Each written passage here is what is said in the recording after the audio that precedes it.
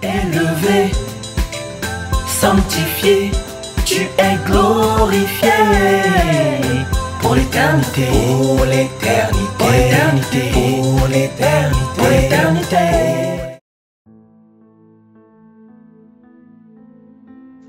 Bonjour, bonsoir frères et sœurs. Aujourd'hui, j'ai une pensée à partager avec toi, mon frère, ma sœur.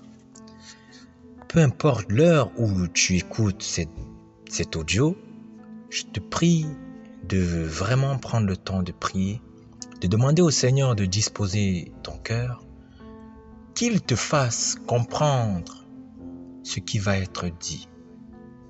Parce que ce qui va être dit vient du Seigneur et ce qui va être dit contribuera, selon la disposition de ton cœur, à recevoir cela, à changer ton âme, à changer ton attitude, à changer ton approche, à changer ta manière de vivre la parole de Dieu au quotidien de la vie de tous les jours, dans tous les lieux où tu te trouves, au travail, à l'école, quand tu marches dans la rue, dans les transports, peu importe où tu te trouves.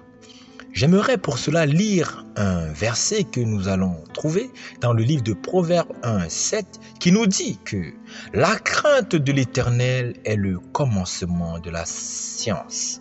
Les insensés méprisent la sagesse et l'instruction. Et parallèlement, nous lisons également dans Deutéronome 6:13 qui nous dit que tu craindras l'Éternel ton Dieu, tu le serviras et tu jugeras par son nom. Tu te demandes bien où est-ce que je veux en venir, mais c'est clair, c'est très clair. La parole de Dieu nous dit de craindre l'Éternel. C'est sur la crainte de Dieu que j'aimerais parler. Pourquoi la crainte de Dieu? Tu as pu constater comme moi que l'Église est comme dans une forme de faiblesse. Je dis forme parce que la vraie Église est une Église que Dieu connaît d'abord. Ce sont des enfants de Dieu, des pierres vivantes, ici et là, dans le monde entier, que Dieu connaît. Ceux qui sont nés de nouveau, nés de l'Esprit, régénérés par l'Esprit de Dieu et qui ont véritablement reçu la parole de Dieu, la parole de la prédication de la mort et la résurrection de Christ et qui comprennent, qui entendent cette parole authentique et qui ne se contentent pas seulement à l'entendre, mais qui la mettent et qui s'efforcent de la mettre en pratique tous les jours de leur vie.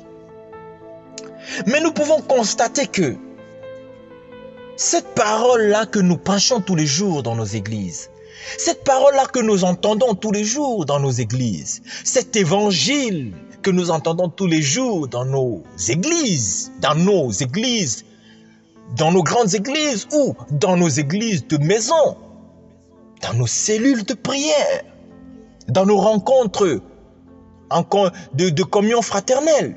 Nous pouvons voir que cette parole-là, qui avait de l'impact au début de l'église primitive, qui avait de l'impact dans les anciens temps, aujourd'hui, c'est comme si la parole de Dieu est devenue un sandwich qu'on peut manger ou ne pas manger, ou en fait on ne prend plus la parole de Dieu au sérieux. On n'a plus cette crainte de la parole de Dieu comme l'avaient ceux de l'église primitive qui entendaient cette parole-là.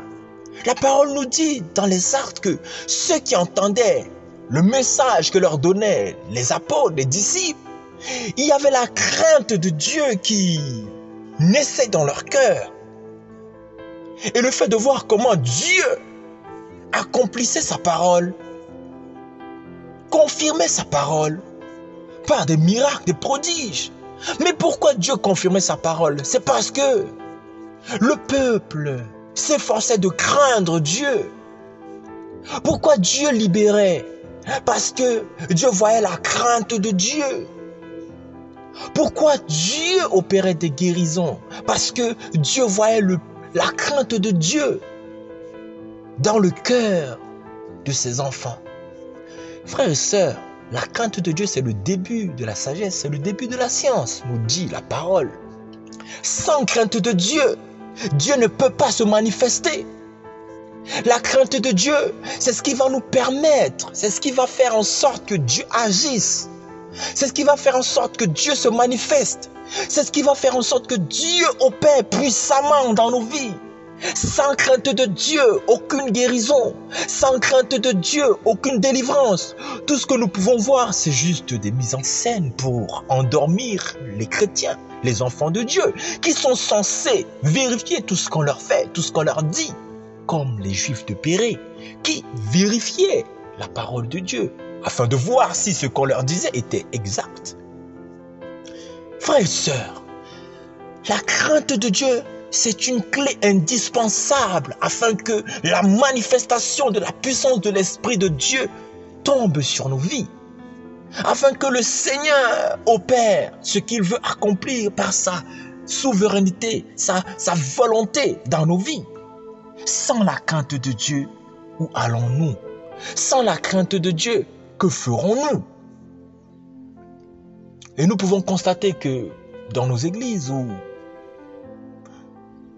ici et là, des personnes s'amusent à faire certaines choses. Que ce soit dans la musique, nous pouvons voir des clips qui ne reflètent pas la crainte de Dieu. C'est juste une analyse et non un jugement. Parce que, en tant qu'enfants de Dieu, nous devons analyser les choses. Non pour condamner, afin de tirer des leçons des erreurs des autres, s'il est possible, les exhorter au changement, à la repentance. Le Seigneur ne nous appelle pas à condamner nos frères, parce que nous ne sommes pas mieux qu'eux. Mais le Seigneur nous appelle à avoir de l'amour pour notre prochain. Et quand nous voyons nos frères mal faire, mal se comporter ou mal se vêtir, c'est de notre devoir, par amour pour eux, car nous ne voulons pas qu'ils se perdent, comme le fils prodigue. C'est de notre devoir de les assister déjà dans la prière et de les reprendre avec sagesse, avec amour, avec douceur, et de laisser la parole qui était semée dans leur cœur produire ses effets. Voilà la parole que je voulais partager avec toi, mon frère. Voilà la parole que je voulais partager avec toi, ma sœur. C'est que crains le Seigneur et tu verras la main de Dieu dans ta vie. Dans ton habillement, dans tes paroles, dans tes pensées, dans tes actes, tes attitudes, dans les œuvres que tu fais. Vis la parole. Le Seigneur a dit que ceux qui sont prudents, c'est ceux qui mettent la parole de Dieu en pratique.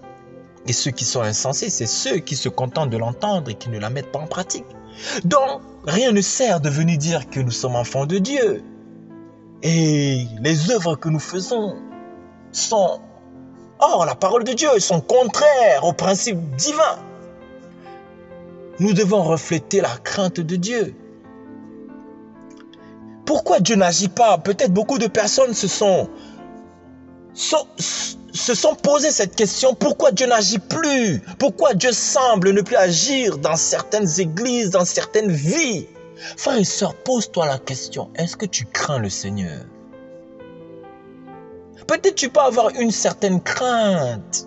Ou, je dirais encore plus loin, la peur de ne pas aller en enfer.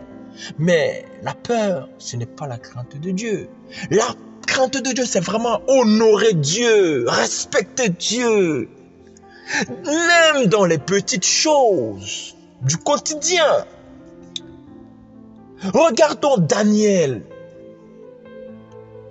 Quand la statue qui avait été construite, qui avait été bâtie par le roi, tout ça, et on a demandé à tout le peuple de se prosterner devant cette statuette de Nebuchadnezzar. Qu'est-ce qui s'est passé? Daniel et ses compagnons, Shadrach, Abednego, tout ça, ils ont refusé catégoriquement, au péril de leur vie, au prix de leur vie, de ne pas se prosterner devant cette idole. Parce qu'ils craignaient le Seigneur. Parce qu'ils aimaient le Seigneur. La crainte de Dieu, l'amour de Dieu en nous doit produire la crainte de Dieu. Et c'est ainsi que, peu importe ce qui nous arrive, Dieu voyant que nous le craignons, nous nous efforçons de l'aimer de tout notre cœur, même dans les petites choses. Il est fort dommage de constater que beaucoup d'entre nous, nous nous compromettons et nous crions que nous aimons le Seigneur. Prions que le Seigneur nous aide à vraiment être des hommes et des femmes qui le craignent. Parce que si nous ne craignons pas le Seigneur n'agira pas. Si le Seigneur ne voit pas que nous l'honorons, le Seigneur n'agira pas. Si nous ne craignons pas le Seigneur ne déploiera pas sa puissance au milieu de nous. L'esprit sera comme lié, sera comme attaché, sera comme empêché d'agir. Pourquoi? À cause de nos péchés, de nos mauvaises conduites, à cause de nos mauvais vêtements, de nos mauvaises manières d'être, à cause des pratiques que nous faisons, des pratiques occultes, des mauvaises pensées que nous avons. L'esprit sera comme, comment dire, lié, bien qu'il ne l'est pas. Il sera comme la parole nous dit, n'attristez pas l'esprit. Nous attristons l'Esprit de Dieu et nous voulons qu'il agisse. Mais comment voulez-vous que quelqu'un qui est attristé tous les jours agisse dans nos vies? Comment voulez-vous? Comment veux-tu, frère, que l'Esprit de Dieu que tu as reçu le jour où tu as cru, comment veux-tu qu'il agisse puissamment dans ta vie s'il est attristé tous les jours par ton attitude? Le fait juste que tu n'écoutes pas, le fait juste que tu n'obéisses pas, le fait juste que tu ne fasses pas ce qu'il te dit, comment veux-tu? Ta manière de t'habiller, de te coiffer, est-ce que tu es sûr que ça plaît au Seigneur? Ta manière, les œuvres, les musiques que tu écoutes, les choses que tu regardes, est-ce que tu es sûr que ça plaît au Saint-Esprit? Et tous les jours, nous attristons l'Esprit de gloire, l'Esprit du Seigneur. Tous les jours, nous attristons son Esprit et nous voulons que Dieu manifeste sa puissance. Tous les jours, nous attristons. Nous méprisons nos frères, nous méprisons même ceux qui ne croient pas, pensant être mieux, alors qu'ils sont même parfois mieux que nous dans certaines choses. Et nous voulons que Dieu agisse. Nous faisons des longues prières, nous faisons des jeûnes, nous faisons des séminaires, des conférences, alors que nous n'analysons pas, nous n'examinons pas nos cœurs, afin de voir si nous sommes vraiment dans la foi. Afin de voir si vraiment nous menons une vie sainte dans tous les domaines de nos vies. Frères et sœurs, l'heure est grave. L'heure est à examiner sa vie en profondeur et non en surface, afin de vraiment espérer par sa grâce être sauvés. Être des chrétiens de surface ne nous amènera pas au ciel. Mais être des chrétiens en profondeur avec le Seigneur, c'est là ce que Dieu attend de nous. Que nous soyons accomplis, que nous soyons saints comme lui-même est saint. Dans les petites choses, c'est pas facile tous les jours, je le conçois, nous le concevons. Mais demandons au Seigneur la force. Et si nous sommes réellement sincères, le Seigneur nous donnera la force. Tout dépend de la motivation que nous avons dans notre cœur et l'envie que nous avons en nous de plaire au Seigneur ou pas. Parce qu'il en va de notre salut. Ça ne sert à rien de paraître être quelque chose que nous ne sommes pas. Mais soyons-le réellement. Que le Seigneur vous bénisse. Prenons des leçons. Partage ce message si tu as été touché, si tu as été convaincu dans ton cœur. Et si tu crois que cela peut édifier ou amener à la repentance ton frère, ta sœur, ou quelqu'un même qui ne croit pas au Seigneur, je t'invite à partager dans l'amour du Seigneur cet audio afin que beaucoup puissent changer et donner leur vie à Jésus-Christ. Car en dehors de lui, il n'y a point de salut. En dehors de lui, il n'y a point de délivrance. En dehors de lui, il n'y a point de guérison, point d'éternité. En dehors de Jésus-Christ, il n'y a point d'assurance, il n'y a point d'espérance. Alors, toi qui ne crois pas, crois en Jésus-Christ pour que ta vie soit en sécurité. Et crains le Seigneur pour que ta vie soit préservée de tout mal, de toute attaque de l'ennemi. Que le Seigneur te bénisse. Au nom de Jésus-Christ. Amen.